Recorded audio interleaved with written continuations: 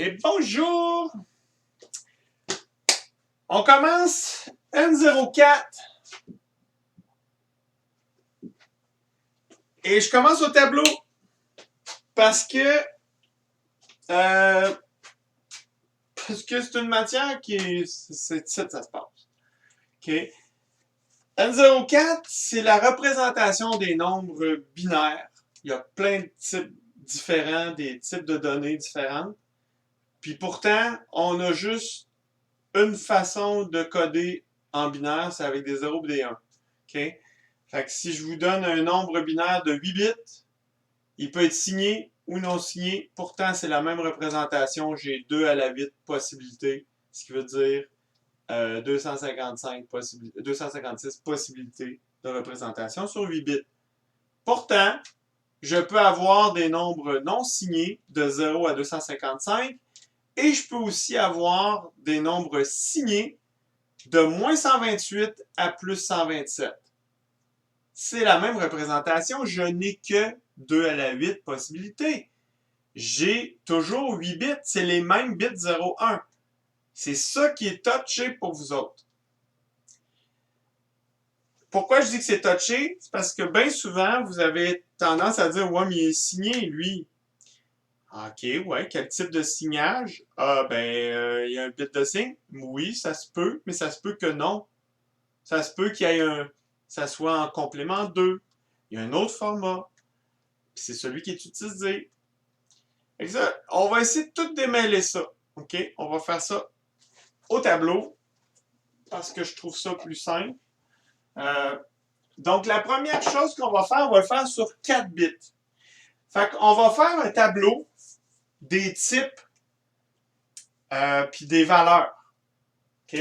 Première chose, je vais écrire l'index, puis on va le faire sur 4 bits, ce qui veut dire qu'on va avoir de 0 à jusqu'à 15. OK?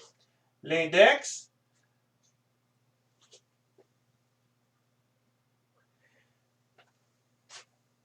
Puis, je vais l'écrire.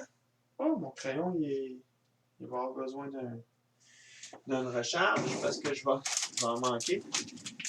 Et je vais l'écrire en décimale en premier. Puis, je vais l'écrire aussi en hexadécimal parce que je vais commencer à rentrer dans les hexadécimales. C'est quand même une représentation humaine très importante. Je dis bien humaine parce que l'ordinateur, lui, l'hexadécimal, il n'en a aucune idée c'est quoi. Un ordinateur, ça voit juste des 0 et des 1. Ça ne voit pas des 0, 1, 2, 3, 4, 5, 6, 7, 8, 9, 10 jusqu'à F. OK? Donc, l'hexadécimal puis le décimal, c'est des représentations humaines. Donc, je vais séparer ça comme on a besoin de 16 places. Je vais séparer ça en 4 et chaque espace va avoir 4 valeurs possibles. Donc, 0, 1, 2, 3, 4, 5, 6, 7, 8, 9, 10, 11, 12, 13, 14 et 15. En hexadécimal, 0, 1, 2, 3, 4, 5, 6, 7, 8, 9, A, B, C, D, E et F. Jusque-là, je ne parle pas de signe ou de pas de signe. Ce n'est qu'une représentation de l'index. Ou si vous voulez, je pourrais dire, à la limite, c'est la représentation non signée. OK?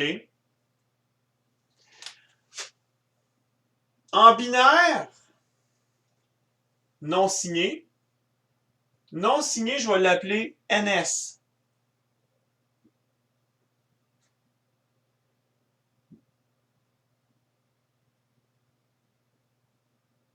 OK, NS. Donc, en non signé, ouais, je vais avoir besoin de 2 colonnes. Excusez. Euh, Non, ok. Je vais faire ça autrement. Je vais marquer, je vais faire une section binaire, la représentation binaire de cet index-là, parce que ça va être la même pour tous. Binaire.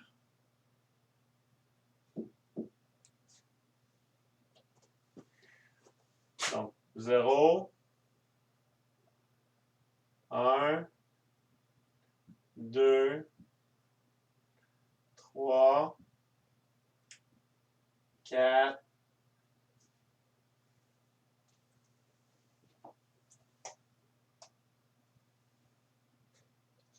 5. C'est important que je sois vis-à-vis, hein? 6, 7, 8, 9, 10, 11, ou si vous préférez B, 12, 13, 14 et 15. OK? Je vais revenir sur l'hexadécimal plus tard. Là, pour l'instant, on va focusser sur la représentation ou la valeur qu'on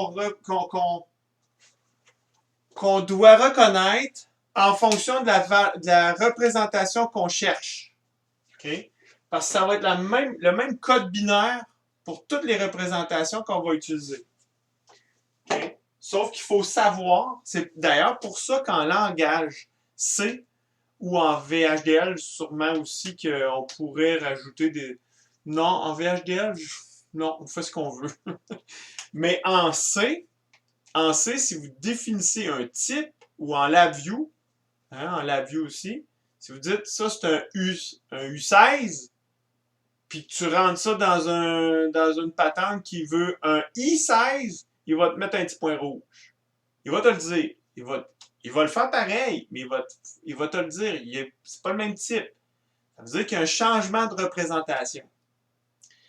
Fait que c'est ça qui est. C'est là qu'on on parle de représentation. Ça ne change pas le code binaire au bout. Mais c'est juste une façon de l'interpréter. OK. Donc, en non signé, valeur, si on regarde ça comme étant un non signé, ben, c'est la même affaire. 0, 1, 2, 3, c'est plus, hein? Plus 0, plus 1, plus 2, plus 3, plus 4, 5, 6, 7, 8, 9, 10, 11, 12, 13, 14, 15.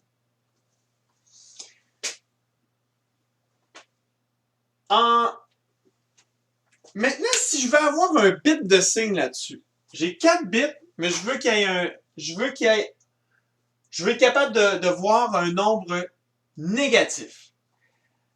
Là, d'habitude, je pose la question, mais là, j'ai pas d'interaction présentement parce que j'enregistre. Mais je sais très bien que la réponse que j'ai tout le temps, après un certain temps, c'est ben, on va prendre un des bits, le bit le plus significatif, on va le mettre à 1 quand c'est négatif, puis on le met à 0 quand c'est positif. Parfait, c'est exactement ça qu'ils ont fait en premier. Donc, valeur avec, on appelle ça avec un bit de signe, BS. On l'appelle aussi, je vais aller réécrire toutes ces définitions-là. Là. Bit de signe, on l'appelle aussi signe et magnitude. Il y a un bit de signe, puis il y a la magnitude, ce qui veut dire la magnitude, c'est la grandeur de la valeur. OK? C'est la même chose. Là, il n'y a pas de ligne ici là, en passant. Là. C'est parce que mon tableau, c'est des fenêtres. Donc, la valeur ici, ben, si j'ai 0, c'est un plus. Donc ici, ça va être plus 0, plus 1, plus 2, plus 3, plus 4, plus 5, plus 6, puis plus 7. Jusque-là, ça va bien. Ici, par contre, c'est un bit de signe, c'est moins, puis ça, c'est la valeur 0. Donc, j'ai moins 0. Ici, ça serait moins 1. Ici, ça serait moins 2. Ça, c'est moins 3. Ça, c'est moins 4. Ça, c'est moins 5. Ça, c'est moins 6. Puis ça, c'est moins 7. Le problème avec ça, c'est la première façon qu'on a pensé de mettre un signe sur des valeurs binaires. Le problème avec ça, c'est que si vous faites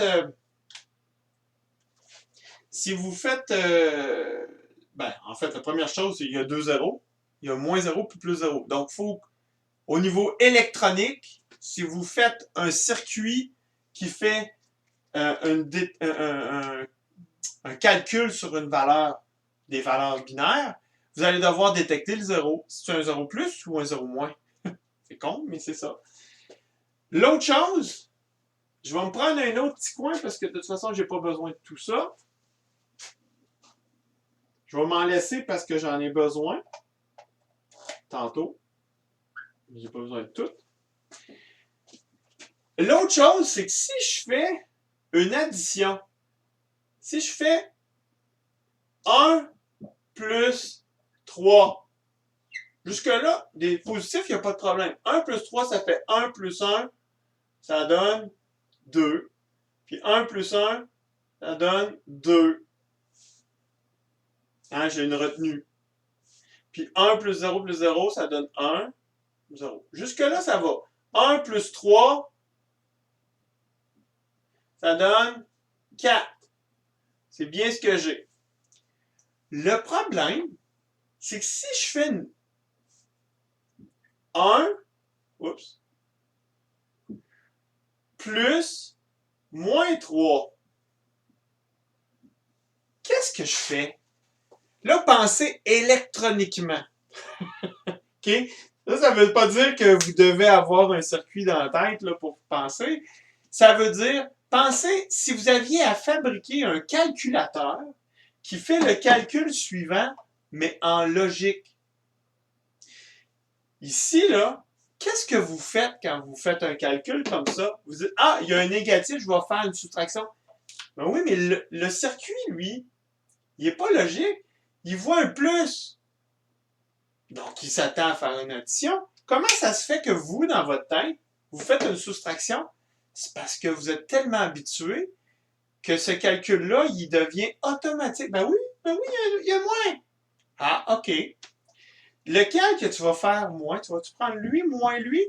Ou tu vas faire ça moins ça, puis tu vas mettre un moins parce que lui est plus grand? C'est toute une affaire, là. Attention, je répète. Tu vas prendre 3 moins 1, puis tu sais que ça nous donne une réponse négative parce que le 3 est plus grand en magnitude. Si tu avais moins 1, puis plus 3, ça aurait donné un plus. Pourtant, le signe aurait juste changé de place. En fait, pour être capable de faire des calculs avec des nombres signés en bits de signe ou en signe et magnitude, il faut avoir un comparateur pour savoir lequel est le plus grand en magnitude, pour savoir quel sera le signe du résultat avant de faire la soustraction. Puis, quand tu vas faire ta soustraction, il va falloir que tu soustrais le plus grand moins le plus petit. Fait que ça se peut que tu aies à jouer avec l'ordre du calcul. Fait que c'est super compliqué de faire un additionneur ou un soustracteur avec ce type de représentation-là, en bits de signe.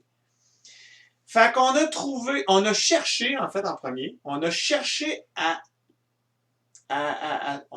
trouver une autre façon de faire pour faire la représentation des nombres signés, pour être capable de faire des calculs efficacement. La deuxième façon qu'on s'est rendu compte, qu'on a faite, on s'est dit, et là, ça, c'est pas intuitif, c'est avec le temps, en cherchant, en fouillant dans l'histoire, ils ont trouvé une façon de faire. Ils ont dit, si on prenait la valeur, puis on la complémentait, on complémente tous les bits, qu'est-ce qui se passe? Ben, on appelle ça le complément 1. OK? Le complément 1, si tu complémentes tous les bits, regardez, ça c'est 0, pas de problème. Ça c'est 1, plus 1. Ça c'est plus 2, plus 3. Jusque-là, plus 4. Même chose, plus 5. C'est toujours pareil en positif. Plus 6, plus 7. Maintenant, si on prend 1, puis on inverse tous les bits. Ben, 1 inverser tous les bits, ça donne 1, 1, 1, 0. Donc ici, ça c'est moins 1 en complément 1. Puis 0, tout inversé, ça donne moins 0, ça donne 1, 1, 1. Donc, puis moins 2, c'est 2 avec tous les bits inversés. Ça donne 1, 1, 0, 1. 1, 1, 0, 1, c'est ici. Ça, c'est moins 2. Donc, je continue de même, c'est moins 3, moins 4, moins 5, moins 6 et moins 7. En complément 1, le complément de tous les bits, je prends tous les bits puis j'ai flip. J'ai ça. Ça donne ça. OK? Par contre, on se rend compte qu'encore une fois, j'ai 2 zéros. Mais bon. Si je prends ça, puis je refais mon calcul de tantôt, je fais 0, j'ai 1 plus moins 3. Moins 3, c'est ça ici. 1, 1, 0, 0. Je l'additionne direct. Je me casse pas la tête avec le signe. Ça donne 1, 1, 1. Ça, si vous regardez, ça donne ça. Ça donne moins 2.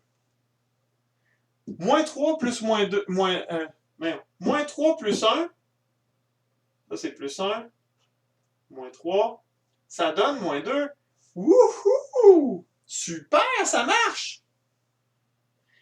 Mais pas tout le temps. Là, ça marche. Mais des fois, ça ne fonctionne pas. Faudrait que je retrouve mon exemple qui ne marche pas. Là. Il y a des exemples qui ne marchent pas. Si, admettons, je m'en vais chercher, je vais essayer de le trouver. Oh, je reviendrai. Je le chercherai pas. Mais de temps en temps, il manque un 1. Il manque 1 à la réponse. Donc, ben, en fait, on peut peut-être l'essayer avec moins 1 plus 3. Moins 1, moins 1, moins 1, moins 1, moins 1, 1, 1, 1, 0, ça c'est moins 1, plus 3. Si je fais l'addition de moins 1 plus 3, ça donne 1 plus 1, clac. 1 plus 1, excusez, 0 plus 1, ça donne 1. 1 plus 1, ça donne 2. 1 plus 1 plus 0, 2. 1 plus 1 plus 0, 2. C'est pas un dépassement. Ça donne 1. Ah! En fait, ça donne un problème. Là, je l'observe, là. Ça donne un problème quand la valeur plus grande est positive, puis je fais une addition. Ça me donne un problème. Parce que, voyez-vous, il y a comme eu un dépassement, entre guillemets. C'est pas un vrai dépassement parce que dans ce type de représentation-là, étant donné qu'on ne fonctionne pas avec la magnitude réelle du nombre, on ne peut pas dire que c'est un dépassement parce que justement, moins 1, ça, c'est pas la magnitude réelle en binaire. La magnitude réelle, c'est 1. Okay? Alors qu'ici, ben, comme c'est pas évident. Okay? Fait que, ici, il manque un 1. Il faudrait que je fasse plus 1 pour que ça marche. Fait que c'est exactement ce qui s'est passé. On a fait le complément 2. Où est-ce qu'on fait inverse plus 1? On fait inverse plus 1. Donc, le complément 2, On l'appelle complément. Complément 2. C'est le complément plus 1. C'est le complément 1 plus 1. On l'appelle complément 2. C'est logique, hein? Donc, ça veut dire que si je vais aller chercher la valeur du nombre négatif, j'inverse tous les bits, puis je fais plus 1. Donc, en positif, pas de problème, ça reste tel quel. La valeur va rester pareille.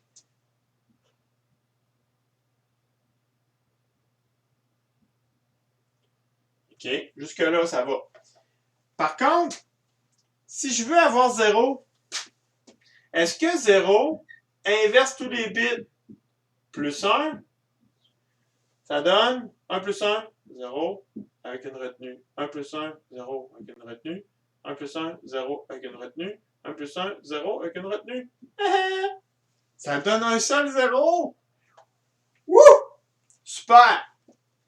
C'est le complément 2, on est content. Ça marche. On l'appelle aussi complément vrai. Complément vrai. Parce que c'est un complément qui va nous permettre les vrais calculs. Moi, je le dis de même. Là. Si je vais chercher 1, OK, j'ai ça. Moins 1 maintenant. Moins 1, c'est 1 inversé plus 1. Je vais le mettre à la bonne place. Plus 1. Ça donne ça donne 1. Donc, ça ici, ça c'est moins 1 en complément 2. OK? Si j'essaye moins 2, ouais, c'est ça. Moins 2, c'est ça. Inversé. Ça, c'est 2. 2, moins 2, j'inverse plus 1, ce qui va me donner inverse plus 1, ça va me donner 1 plus 1, 0 avec une retenue, 1 plus 0, 1, 1. Ça, c'est moins 2. Donc, qui est ici, moins 2. Puis si vous faites ça sur chacun, vous allez vous rendre compte que ça donne moins 3, moins 4, moins 5, moins 6, moins 7. Wow! Moins 8. Comment ça se fait, moins 8? J'ai pas moins 8. Ça marche pas, ça. Mais oui, ça marche. Checkez bien. Checkez bien, checkez bien, checkez bien, bien. Mais là, on va faire une entourloupette. On va rajouter un bit. Parce que pour avoir 8 plus 8, comme on est en nombre signé, il faut que je mette un 0. Parce que 8, c'est ça. Ça, c'est plus 8. Si j'avais un signe négatif en avant, ça ne serait pas plus 8, ça serait moins 8. Parce que mon bit qui est ici, c'est mon signe, quand même. Même si le signe fait partie de la valeur. En complément 2 puis en complément vrai, le signe n'est pas juste un signe, il a un poids. Il a une magnitude. Je vais vous expliquer ça plus tard. OK? Parce que là, ça, c'est juste pour faire le tableau. Après ça, on va rentrer dans des détails un peu plus. OK? Si je prends ça, ça, c'est plus 8. Je refais le même principe. Inverse tous les bits. Plus 1. 1 plus 1, retenu. 1 plus 1, 0, retenu. 1 plus 1, 0, retenu. 1 plus 0, 1, puis 1. Ah! Ça, c'est moins 8. Mais regardez, j'ai 2 fois le même signe. Et il y a une règle qui fait, regardez, on va faire autre chose. On voit bien que j'ai 1, 1, 0, 0. 3, 0, en fait, 1, 1, 0, 0, 0. Ça serait moins 8. OK? Mais là, vous allez dire, ouais, mais comment tu fais pour savoir que je peux enlever ce bit-là et ça reste moins 8? OK, ben c'est ça. Je vais vous montrer. On va le faire avec moins 2. Regardez, puis moins 4 aussi. Moins 4, si vous l'essayez, là, je suis obligé d'effacer ces plates là parce que je manque de place.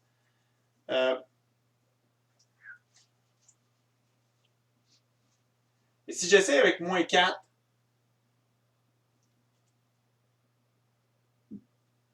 vous avez ça. OK, ça c'est 4, plus 4. Donc, moins 4, toc, toc, toc, toc, toc, plus 1, ça donne 1 plus 1. Une retenue, 1 plus 1, une retenue, 1 plus 0, 1, 1, 1. Regardez, ça, c'est moins 4. On va aller chercher moins 4 en 1, 0, 0. En 1, 0, 0. Si vous faites moins 2, vous allez tomber à ça. Hop, vous allez chercher moins 2, ça donne ça. Dans le fond, ce que ça dit, c'est que je peux étirer le bit de signe dans un sens ou dans l'autre, jusqu'à temps que j'arrive à ma limite. Il faut toujours que je le garde. Par contre, il faut que je garde mon bit de signe. Sinon, je ne saurais pas que c'est un négatif. Okay? Donc, c'est ça l'idée. Fait que la limite, c'est quand je n'ai juste un bit. Puis là, ben, le moins 8 qui est ici, moins 8, on a bien ça ici. On a un bit de signe, puis tout le reste à 0. Ben, ça, c'est la limite. Ce qui est intéressant, par contre, c'est que ça nous donne, au lieu d'avoir 2 zéros, on a un seul 0, mais on a une représentation de plus dans les négatifs. Si on allait sur 8 bits, on aurait de 0 jusqu'à plus 127, puis dans le négatif, on aurait de moins 1 jusqu'à moins 128. Ça nous donne une représentation de plus, une valeur de plus dans les négatifs, tout le temps. Okay? Le complément 2, je vous l'annonce, à chaque fois que vous faites un entier signé, un int, votre calculatrice, LabVIEW, votre ordinateur, Arduino, il fonctionne. Un nombre signé, c'est en complément vrai ou en complément 2. Tout le temps. Okay? Les processeurs fonctionnent en complément 2 pour les nombres signés. Sauf s'ils sont en point flottant, mais ça, on verra ça plus tard. Okay? Fait que j'arrête ça là pour l'instant.